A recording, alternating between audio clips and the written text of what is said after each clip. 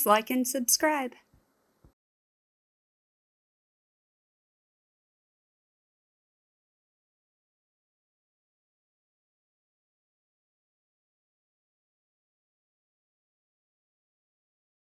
If you've seen some of my other videos, I have spoken about Westside Barbell and Louis Simmons and how he has revolutionized the weight training world and how it is kind of leaking over into the football, basketball, and hopefully softball world as well. And I had an awesome opportunity to interview someone, an old Westside guy that used to work out with Westside, and talk about his training methods and further investigate and how we could use this and apply it into our training in softball as pitchers.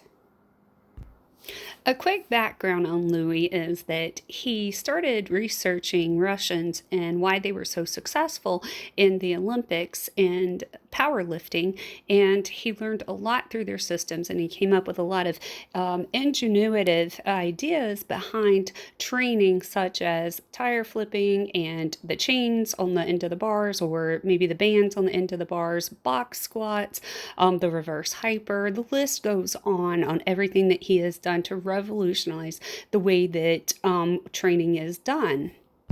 It was thought of as very unorthodox for here in the US, but through time, through years of training, A has kind of proved himself as a leader and the best out there. He developed the conjugate method, which is a training that is unique because it focuses one day on max effort, another day high reps, and then another day dynamic working speed. However, I think that the most important thing that he came up with is the pyramid on how to train and when to take off. So when to deload, or when is it that your body needs to rest and take time for muscle compensation. Overtraining it's a central nervous system burnout. It is not a muscle fatigue thing. So overuse is different than overtraining. No, same thing. Oh, it's the same thing, but overtraining is a better word. That's the word everybody uses in the world I come from. It's the same thing though. It's a central nervous system burnout. That's why, like, if you would have just like, for you, if you would have, because you were always in a mild state of overtraining, if you would have just put a ball down for at least a week, if your dad would have let you do that for a week, and then you came back that week and then clocked yourself, you probably would have been faster. Yeah. Almost every fucking time. But if you watched us when we were getting ready for a meet, we'd have a wave, and they call it a circa maxima wave. I mean, this is like scientific shit. And so you would build up your capacity in 3-week waves. So you have a 12-week training cycle, and then you would build up, you do mini waves of 3 weeks. And the first week was the lightest, like the lightest intensity. And then the second week you build a little bit more. Third week your intensity would go up. And then if you went up again on your fourth week, you would start getting into that overtrained state. So what you do is you back off. Okay. You build back up again for 3 weeks and back off. And then that third time, and one more time, build up. And then your fourth time is for your meet. You would do the first week, and then the next 2 weeks you'd stop and you'd stay at the same weights of your first week. And then the fourth week is your meet. And you would be you would have built your strength up over 12 weeks, but not overtrained. And so I guess for you, so you're like this: build up, take a week off. Build up. So you're still climbing that constant staircase up until that last time, and then you plateau. That's your tournament. Okay. Okay, so here's the thing. The most important thing for you to understand for this on the wave principle is that week off. You have to give people that, we call it deloading. Yeah. And deloading, and there's different ways you can deload. You can back off the reps. You can back off the weight. We would typically back off the weight. Yeah. And, but like for you got that third week in your wave on whatever your training cycles are for your pitchers for speed or whatever. Yeah. You got to get a rest. You have to give them that fucking rest. Mm-hmm. It keeps you from getting hurt. It keeps you from, getting to that overtraining state. And you can tell when you get in a severe state of overtraining, you feel like you have the flu. Yeah. Your body will tell you, I'm up, I'm done. Yeah. I don't know if you ever got like that. Oh yeah. You just get sick. And then when you let yourself get to that overtrained state, there's a lot of people that can exist. They get to where they're so advanced that can kind of exist there, like you. Like me, yeah. But you were always on that edge and you didn't know it of getting hurt or something catastrophic. I think I was very lucky. Yeah. I mean, people can be lucky too, but I do believe if your dad would have just let you chill just for a week here and there, and I swear to God, because I would see the same thing. I would be plateauing, and then I would take a week off, and then I would come back and I was stronger. I mean, I could feel it. I felt stronger than I did all those weeks not taking weeks off. Yeah. It's counterintuitive because you think, well, if I'm not training this week, I'm just getting slower. Or, but that's not the way it works.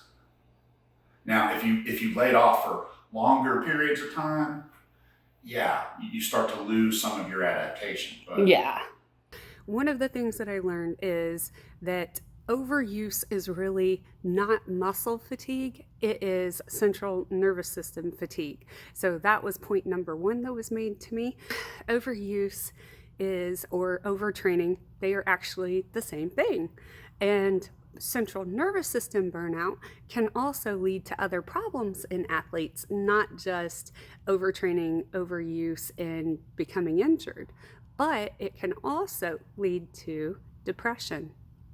Seeing as though most NFL teams and top college football teams are adopting the Westside Barbell ways of training, it looks like softball needs to follow suit because they're doing something right, and we need to know what it is and do it even better. That we need to be progressing in 3 week intervals, and then taking a week off to deload. And maybe we can't put down the softball totally because of tournament directors scheduling tournaments every week, but we can at least allow them to take a break and just do strategy. 2 right-handed batters, 2 left-handed batters, and 2 slappers, 30, no more than 50 pitches in one practice, and then let that be it for 2, maybe 3 times that week before the next tournament. But building up in a progression 3 weeks on, and then 1 week deload, and then making sure that before that qualifier, before nationals, you're giving that pitcher a break where you're not increasing the load on them for 2 weeks before they go into that big tournament. Also need to make sure as a parent that you have good co-pitchers on your team that can support each other and be there for each other so that each pitcher is not having to go more than, say, 100 to 150 reps a day. That may be unrealistic. We watch girls in the Women's College World Series throw well over 200 reps in a day, and I know that, but that should be very rare. And I feel like nowadays we have so many great pitchers, we really don't need to be abusing our pitchers like that anymore. Really hits home with me right now because one of my great pitchers who I love to death just went down to an overuse injury because she woke up that morning. It was, I believe, PGF Nationals back at the end of July or the beginning of August, and she showed up to a game and one of the pitchers on her team just walked off and quit the team right then and there. And then her third pitcher, co-pitcher, was on the injury list, which just left her that day, and they were playing really great. She pitched 5 games in one day. She pitched every single inning and she did amazing. However, 3 of those games were back to back to back, and then she came out in injury and that she was hurting, and because of the adrenaline and they were doing so well, she didn't really notice it in the moment. It was a day or 2 after she kept hurting in her shoulder, and she kept hurting, and it kept getting worse. So they took her to the doctor just to find out she tore a labrum, and then she had to get surgery. And she is definitely a D1 scholarship athlete if she chose to be. She is only a junior this year, so she was too young to, really be recruited at that moment because this was back earlier this year before school even started.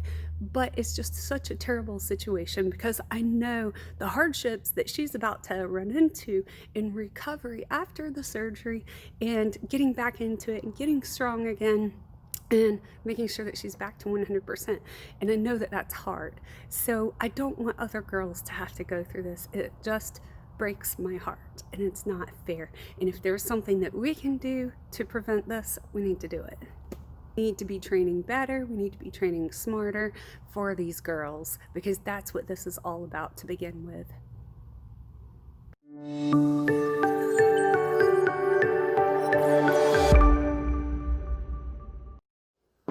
Please remember to subscribe to my channel because it really helps, and like the video, comment too if you would like. It will help me get ranked in the YouTube algorithm.